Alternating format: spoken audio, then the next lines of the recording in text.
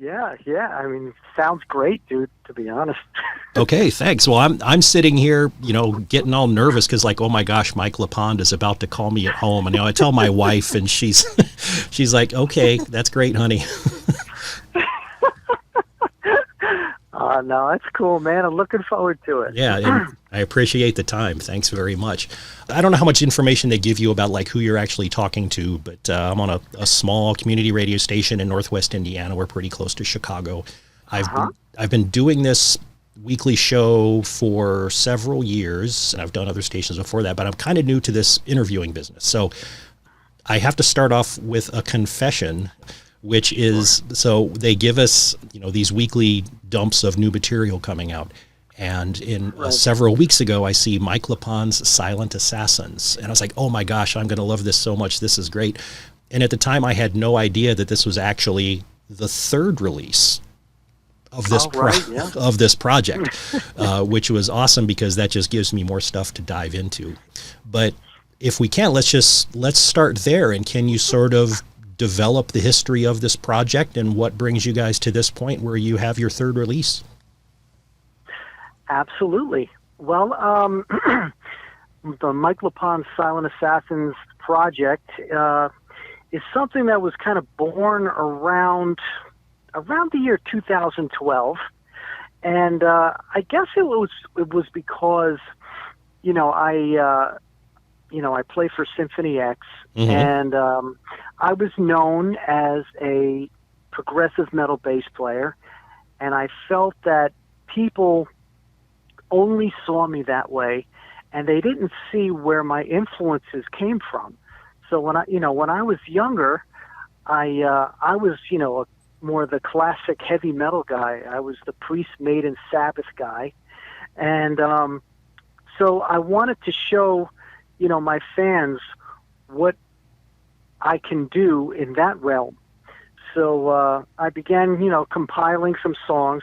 I had a lot of songs kind of laying around anyway because they didn't really fit Symphony X. They were more straight ahead kind of metal stuff. So I put all these songs together and got some great players with me, and we put out the first album. And it was so much fun, and I got such great feedback that I wanted to continue doing it. So, here we are, just released my third solo album called Whore of Babylon on Silver Lining Music, and just a few days ago, the 26th, and so far the response has been really cool. And it's cool. It's I get to write stuff that influenced me from back in the day, and it kind of keeps me in touch with my youth and my heavy metal spirit. So the history of this is, as you said, the debut Mike LePond Silent Assassins in 2014, and then Pawn and Prophecy in 2018, and then now Whore of Babylon in 2020. This is for people that don't, they haven't made notes to listen to this. So, obviously you did the first two, and then this one comes out. So how does that work in between, say, the second and third? Are you just kind of generating songs that you enjoy playing on your own, and then you realize you have enough to make a new album, or do you make a distinct decision to say, okay, now it's time to make a new album? How does that go? Yeah, well, I think a lot depended on my touring schedule with Symphony X or with Ross the Boss. If I have the time, I'd love to.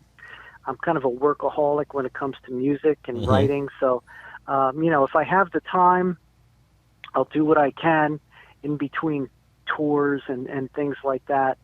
So after Porn and Prophecy came out in 2018, I just had a lot of time on my hands. So I just jumped right into another one.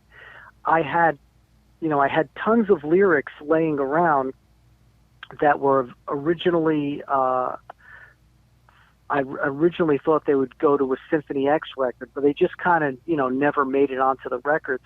So I had a lot of material, and then I just kept writing music, and then I started basically recording Whore of Babylon not long after Pawn and Prophecy came out, you know, because I just was, I don't know, I was just in a good rhythm for songwriting, and I was really excited and motivated based on the response to Pawn and Prophecy.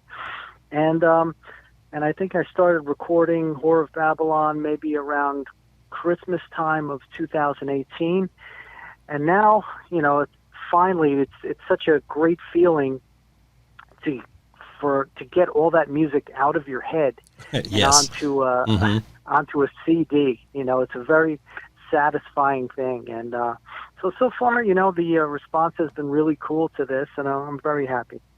That's great. So I've played several tracks over the last couple of weeks off of this, and I'm really enjoying it so far. And you mentioned before, right? It's sort of just a straight ahead, no nonsense metal album, right? So like when you compare it to Symphony X, and people are going to slap labels like progressive metal, neoclassical metal, whatever it is. And this stuff, I mean, you can call it power metal, but to me, this is just metal. I mean, I don't know that it needs any other. I get a Jag Panzer vibe from it, Flotsam and Jetsam a little bit. So it's to me, it's perfectly in that kind of setting. Yeah, you know, I'm influenced by so many different types of heavy metal. You know, by classic heavy metal, by doom metal, by thrash metal, and by power metal, and you know, so just all these influences come out at the same time. You know, so I'm not really like thinking of a specific genre of heavy metal. So it's like you say, it's just, you know, just heavy metal music. And, you know, the only different thing I do on these records is I'm very influenced also by what Ritchie Blackmore does in Blackmore's Night. And I became a fan of that band, I'd say probably about 15 years ago, and I really loved what Ritchie was doing on the guitar, and I try to mimic it on the bass a little bit. And so on these three albums, at certain points, you'll hear kind of like folky kind of things going on from time to time. So that's the only time I kind of differ or veer off, you know, the heavy metal path, and then I kind of come back, and, you know, it gives you a little break in between the headbanging.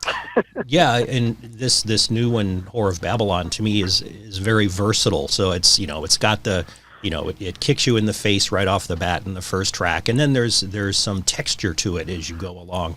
My favorite track right now is Night of Long Knives, and one of the reasons I like it the most is because of that acoustic guitar in the background, and I don't know if that's, you know, one of the things you were thinking of when you were talking about, you know, folkier influences.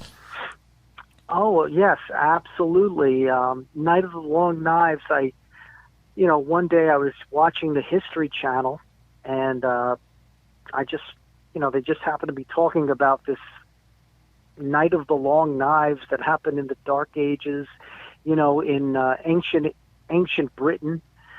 And I was like, well, you know, what if I kind of give it a little kind of Celtic kind of a feel to it, you know? So I asked Michael Romeo from Symphony X if he could play some mandolin for me, you know, and so that was awesome. He probably never got asked to play mandolin before, and so that was really fun. And so that song kind of is like almost like a Celtic hard rock song, you know. So it was, again, that's what I was kind of talking about, that other kind of side that I have. And, you know, so that's always fun to do too. And it, you know, keeps me challenged, you know, and I love to experiment with different things, but, you know, always coming back to the heavy stuff, you know, veer off a little bit and then come back. That song in particular, the sound that it has, it reminds me a lot of Black Sabbath doing Shockwave on Never Say Die. I don't know if you remember that track or not, but that's got the same kind of thick acoustic chords going on in the background. Right. Oh, that's an awesome song, Shockwave. It's an old song too, so let's not admit we know it too well. So in terms of the people that you have with you on this project, Alan Tecchio on vocals, he's definitely no slouch, right?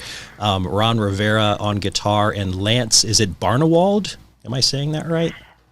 Yeah, Lance Barnewold. And,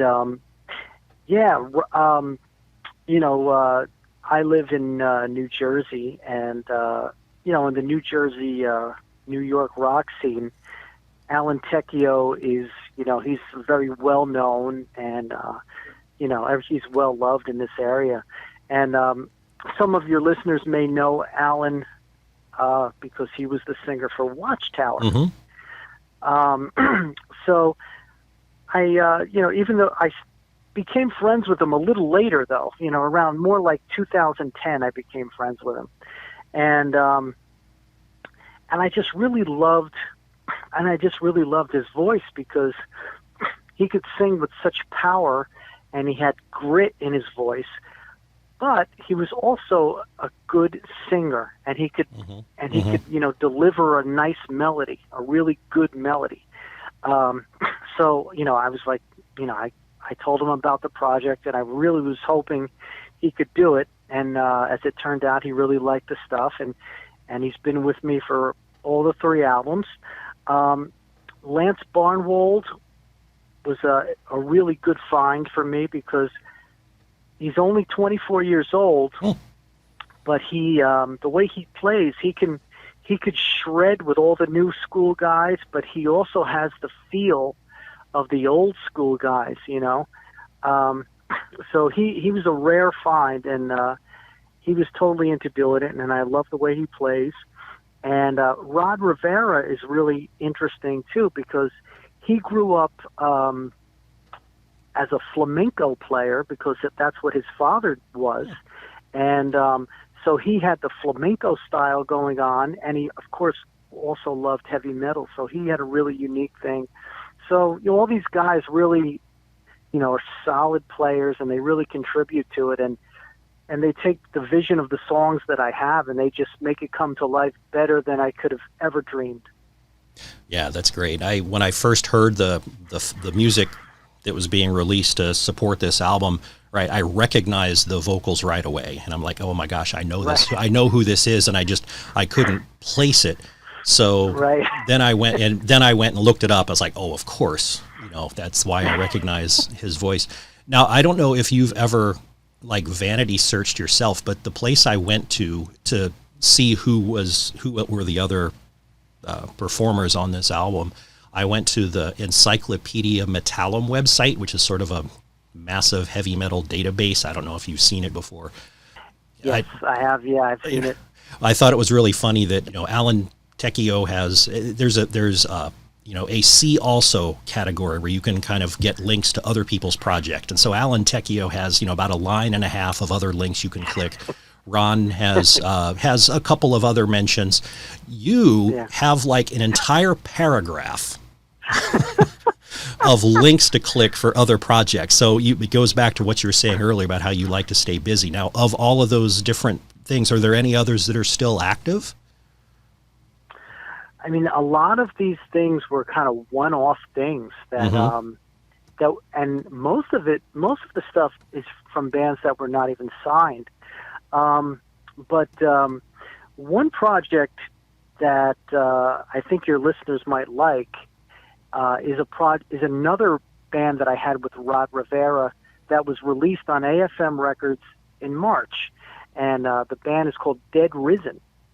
And this band is it's like a combination of Richie Blackmore's Rainbow with Dio meets Testament. So it's kind of like, and it's kind of a lot more jamming stuff going on, more retro kind of jamming, like when the bands used to really just, they would stop in the middle of a song and just start playing something impromptu. And so that came out on AFM. And of course, the week before that, the latest Ross the Boss came out, and I've been playing with him from 2016. But I'm very lucky and very blessed to be a part of so many projects. And like I said, I'm a workaholic. I love to work with different bands, taking different roles and working with different musicians and songwriters. And I think it just makes me a better player in general. Sure. Would you guys be touring as a project if things were normal these days, or is this more of a studio thing? So far in the history of Silent Assassins, we did one show in 2018, and it was a great time. We did it here in New Jersey because that's where me and Alan are from, and we had a packed house, and it was a great night. We definitely want to do some touring. I think right now the best thing to do is just to kind of sit back and let's see what happens. Right. But we definitely would love to go out and play, especially some cool festivals or something like that. Awesome. Now, I don't know how much time you have in between these calls, so I want to wrap up here to make sure you can take a breath before the next one. Okay. I'm just for the people that are listening, I want to point out that if you're a fan of bass playing, I mean, obviously, hopefully your name would be recognizable, but I'm totally untrained. But when I listen to this, I really pick up on the bass playing that you're doing, carrying a lot of the weight of coming to the front and being a real driving force to the music, which I think is a great sound. Yeah, the one complaint that I've been having about heavy metal records, I guess over the last 20 years, 15 to 20 years, is just the bass is not mixed loud enough.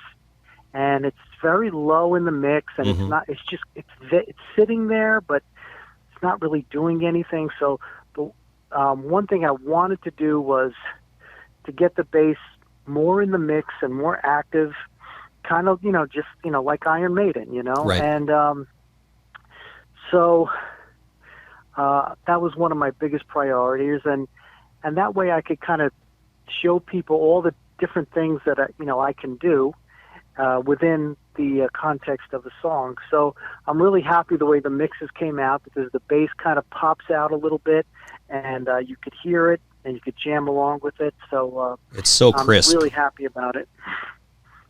Yeah, it's a very crisp sound. I mean, even from when I was going back and listening from the beginning of this project, I mean, the very first track on that first album, which is Apocalypse Rider, I mean, right off the bat, you're coming out with the bass out and prominent up front.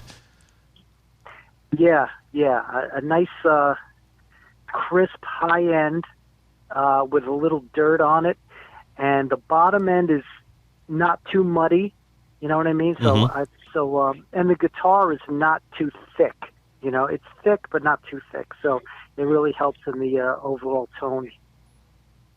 All right. Do you have any social media presence for this project for people that want to keep up with what's going on?